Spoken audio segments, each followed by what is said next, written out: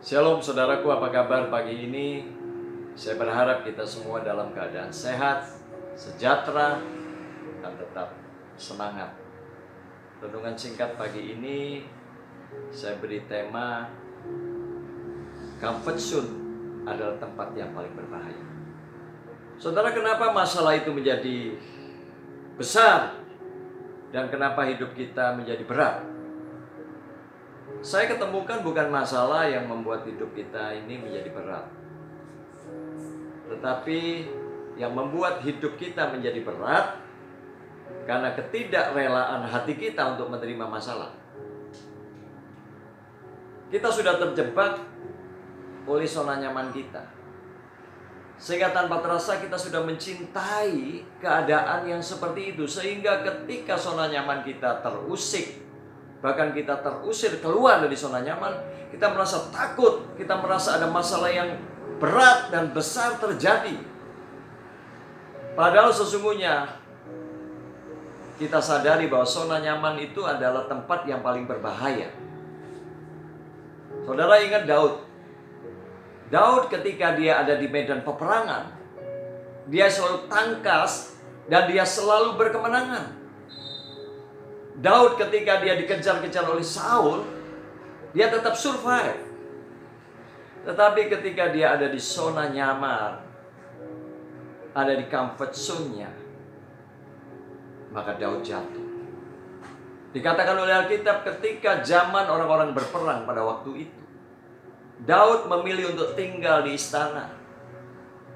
Dia menikmati segala pencapaian kenyamanan yang begitu membius dia.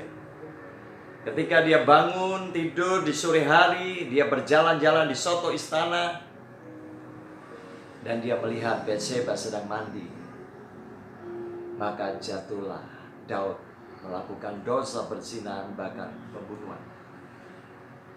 Bapak Ibu, zona nyaman, zona yang paling berbahaya buat kita.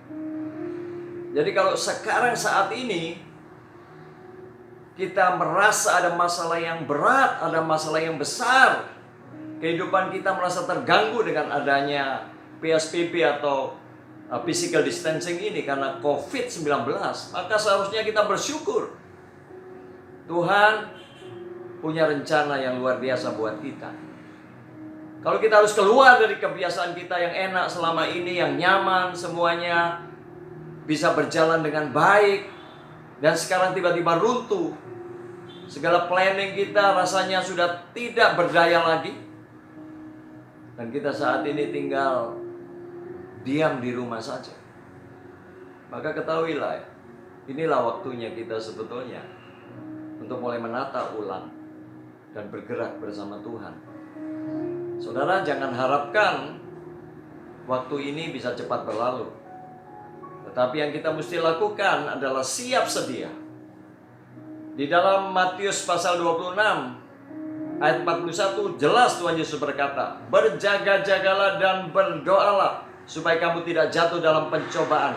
Roh memang penurut tetapi daging lemah. Artinya dunia ini bukan rumah kita, dunia ini bukan zona nyaman. Karena itu kita harus selalu siap sedia, kapan saja, di mana saja, apa saja.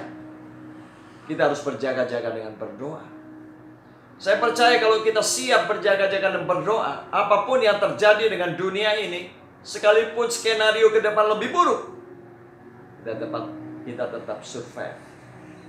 Kita akan tetap eksis. Kita akan tetap menjadi umat yang berkemenangan. Selamat pagi, Tuhan memberkati kita semua. Haleluya. Amin.